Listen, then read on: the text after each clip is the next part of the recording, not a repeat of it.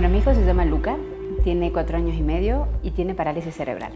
Una parálisis que vino por un accidente en el parto y solamente le afecta la parte motriz, pero de una manera muy severa. O sea, no tiene movimiento en ninguno de sus miembros, todavía no sostiene la cabeza, pero desde la parte cognitiva, lo que le llaman la materia gris, está intacta. Entonces, está yendo a la escuela, ya está en preescolar 3, le está yendo muy bien, pero me topé con un problema serio y que me pareció que era el momento indicado para levantar la mano y hacer algo un poco más poderoso, como es la dificultad para conseguir escuela.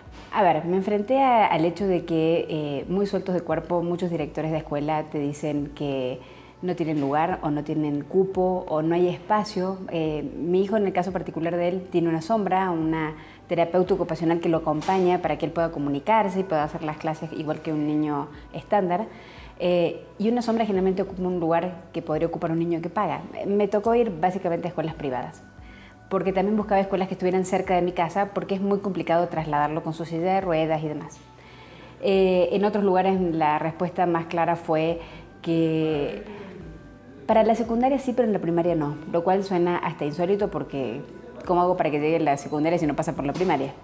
En un momento dado, ya a la tercera o cuarta entrevista, decidir con la Constitución bajo el brazo y decirles de que había una ley que era muy importante, primero que decía que todos los mexicanos son iguales. Y hablamos de iguales, personas con y sin discapacidad, todos los mexicanos tienen los mismos derechos. Y todos los mexicanos tienen la libertad o el derecho de elegir la escuela donde quieren estudiar. Y el caso es que no están así. Y una directora, recuerdo claramente, me dijo, pero usted sabe cómo somos los mexicanos con las leyes. Lo cual me picó muchísimo en mi amor propio. Y dije, es verdad, los mexicanos a lo mejor no somos tan apegados a las leyes, pero también hay que ver cómo es la ley de educación. Entonces, la ley de educación, que es nueva y hemos visto un montón de problemas con el CENTE y reclamos a la SEP por la reforma, y que es enfocado básicamente en la evaluación de los maestros, a la parte de los temas de discapacidad está bastante ambigua, para no decirle olvidada. El primer punto es, todos los niños tienen acceso a la educación que quieren. Pues no es tan así, porque si un chico tiene problemas motrices como Luca y no tiene la posibilidad de pagar una asistente o una sombra, no puede ir a la escuela. Hay un dato que es terrible, que salió en el último ranking, en el último censo del INDEC. El 10% solamente de los chicos entre 13 y 19 años con discapacidad motriz van a la escuela, el 10%. O sea que el 90% de esos chicos se quedan en su casa porque no tienen nadie que los acompañe, ni escuelas que los reciban con un acompañante. El presidente hace un par de semanas dijo que la mitad de los niños con discapacidad no iban a la escuela. Y eso es un dato muy general, porque si te pones a ver en distintas discapacidades, los números son terribles. O sea, hay situaciones, como te decía, del 10% solamente de discapacidad motriz, y algo que desafortunadamente se hace mucho más evidente en lugares rurales o en lugares con grandes poblaciones indígenas. Entonces, rascando un poco más en los inicios, nos dimos cuenta de que las escuelas no están preparadas, ni en su infraestructura. Hay muy pocas escuelas que tienen rampas, hay muy pocas escuelas que cuentan con lectores de braille o que tienen la posibilidad de ser aptas para todo el mundo, esto que se le conoce como diseño universal. Y lo que es peor, hay muy pocas maestras que están capacitadas para recibir chicos con discapacidad. En ninguna de las magisterios, en ninguna de las escuelas para maestras, y la ley tampoco lo obliga, se da ni siquiera una hora de sensibilidad hacia el tema de la discapacidad. Deja tú que puedan adaptar los programas. Entonces, cuando aparece un Luca o cuando aparece cualquier niño con discapacidad, es como si le pusiéramos un extraterrestre dentro del aula. No saben cómo manejarlo, no saben cómo incluirlo o involucrarlo en el resto del grupo, y se terminan llamando algo que descubrí que se llaman los niños patio. Terminan pasando la mayoría del tiempo fuera porque no saben ni cómo evaluarlos, ni cómo darles la materia, y por lo menos los tienen en el aula un par de horas, pero nada más. Entonces, un poco con Katia Artigues, que es otra periodista que tiene un hijo con síndrome de Down, creamos una asociación que se llama Yo También, una C muy pequeñita, de 2, así de pequeña es, y preparamos un escrito para llevarle al secretario Nuño. Nos ha prometido una entrevista, pero con todos estos problemas que ha habido últimamente el CENTE no ha sido posible, que navega por 4 vías básicamente. La primera es más capacitación a los maestros, o por lo menos algo de capacitación a los maestros. La segunda es que todas las escuelas sean aptas para personas con discapacidad. Vamos en contra de las escuelas especiales. El presidente desafortunadamente anunció hace un par de semanas también de que iban a multiplicar las escuelas especiales de 250 a 500, cuando nos parece que es ir en contra de la dinámica universal, ir en contra de esta posibilidad de inclusión real, porque los chicos que van a una escuela especial les va a costar muchísimo más relacionarse socialmente, tener un trabajo y ser útiles y ser independientes en el futuro. Tienen que estar desde el momento cero incluidos en la sociedad. Entonces, lo que pedimos es que en vez de hacer 250 escuelas nuevas, abran todas las otras, que son cerca de 280.000 escuelas que existen en el país. Muy poquitas de ellas, en la Ciudad de México son 10 nada más, son escuelas habilitadas y con alumnos que están cursando y que tienen exámenes y que van a la par de sus compañeros que tienen discapacidad. O sea, es muy poquito para una capital del tamaño que tenemos esta ciudad. El otro tema importante es que tenga un presupuesto, porque sin presupuesto no hay proyectos, deben decir dentro de la jerga.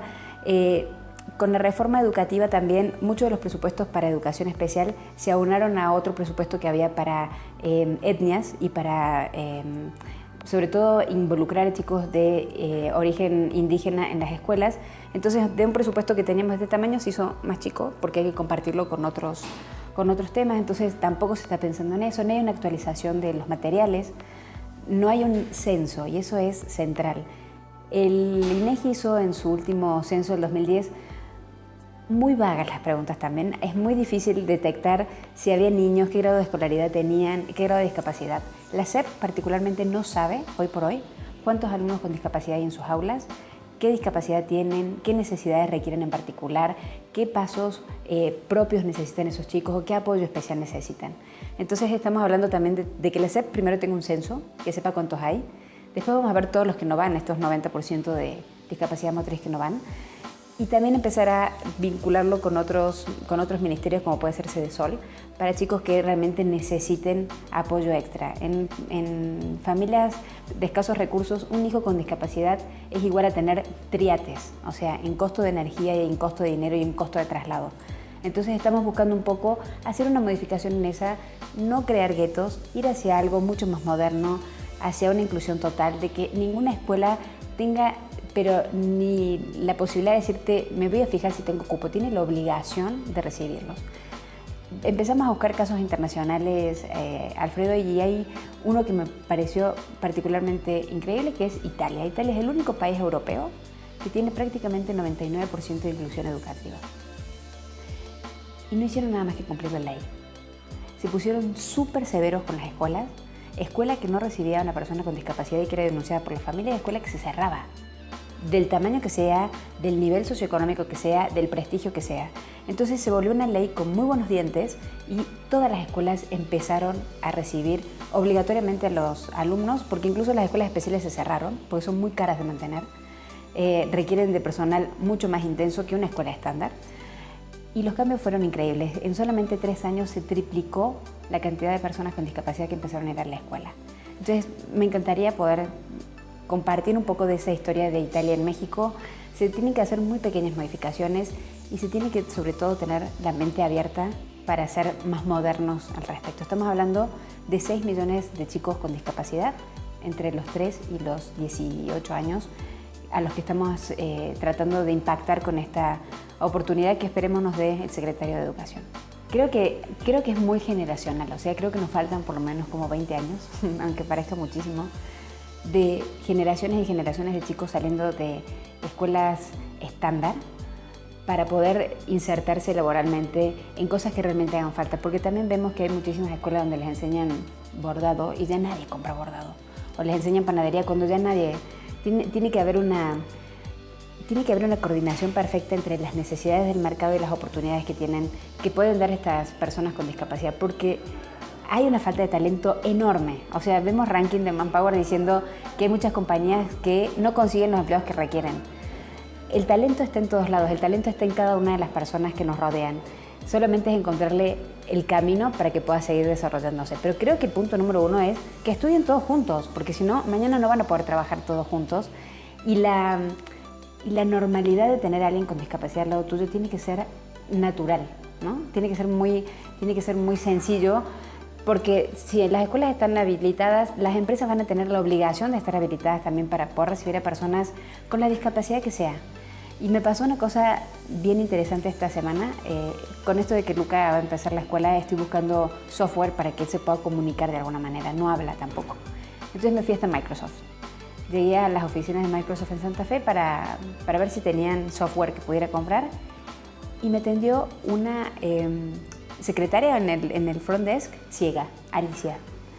Alicia, con sus anteojos, súper cálida, me recibió la tarjeta, como está, la estábamos esperando. Y me puse a charlar con ella. Lleva muchos años trabajando en Microsoft y es fotógrafa. Aunque les parezca mentira, es fotógrafa. Y ella, de acuerdo a cómo siente el sol en su cara, sabe que el sol está de cuál tal lugar, de acuerdo al viento sabe cómo tiene que ubicar a las personas y saca unas fotos maravillosas. Ese es como, para mí fue como muy revelador. Alguien que es ciego y es fotógrafo, todos pueden ser lo que quieran. O sea, solamente necesitamos una empresa como en su caso que fue Microsoft, que le dijo: Alicia, eres buenísima asistente, no nos importa que no veas, te montamos todo alrededor para que seas, y aparte sonriente, simpática, para que seas la mejor puerta de entrada a Microsoft. Creo que tienen que dejar de ser casos excepcionales y así como portada del diario para que se conviertan en la cosa más natural del momento. Creo que tiene que haber también una cuestión de sanciones muy serias. O sea, no puede habilitarse un restaurante si no tiene baños abajo, no puede habilitarse ningún edificio si no tiene señal braille, no puede haber ningún cruce si no tengo señal auditiva para el semáforo. O sea, necesitamos que toda la ciudad y que todas las empresas sientan esto como lo más natural. Estaba leyendo justamente para hacer este informe que volver a un edificio desde cero, con diseño universal y totalmente inclusivo, aumenten en 1% el presupuesto de esa obra. Adaptar un edificio que ya estaba hecho es 30% de inversión. Entonces, es desde el principio, desde las maestras, desde el preescolar, desde que empiezan a hacer una obra que tenga el check de que sea universal. Entonces, creo que es volver a esas historias, volver a la historia de Gaby Bremer, que fue una gran defensora de los derechos de las personas con discapacidad, que no quería los guetos de las escuelas especiales, que abogaba por que los chicos tuvieran la posibilidad de ir al UNAM, de ir a la escuela que se le ocurra. Y han pasado casi 40 años de Gaby Bremer y estamos igual. Entonces creo que hay que levantar más la mano, hay que denunciar más, tiene que haber un sistema de denuncia simple. Cuando me enojé tanto con estas escuelas, empecé a averiguar, y para hacer una denuncia en una escuela hay que hacer como 5 o 6 denuncias en diferentes organismos, desde CONAPRED, Derechos Humanos, a la SEP, depende si es en la Ciudad de México, que es federal, en breve va a ser un estado. O sea, es muy complicado y es como hacer una denuncia en el Ministerio Público que parece que te invitaran a que no denuncies, de tan complicado que es. En este caso pasa igual. Y ese es un espacio que aprovechan las escuelas para no tener que complicarse tanto y recibir a este chico que no sé ni cómo atenderlo. Y le digo que no tengo cupo. Entonces, un poco lo que buscamos es que estos 6 millones de chicos tengan una historia diferente y que el día de mañana sean más Alicias sacando fotos.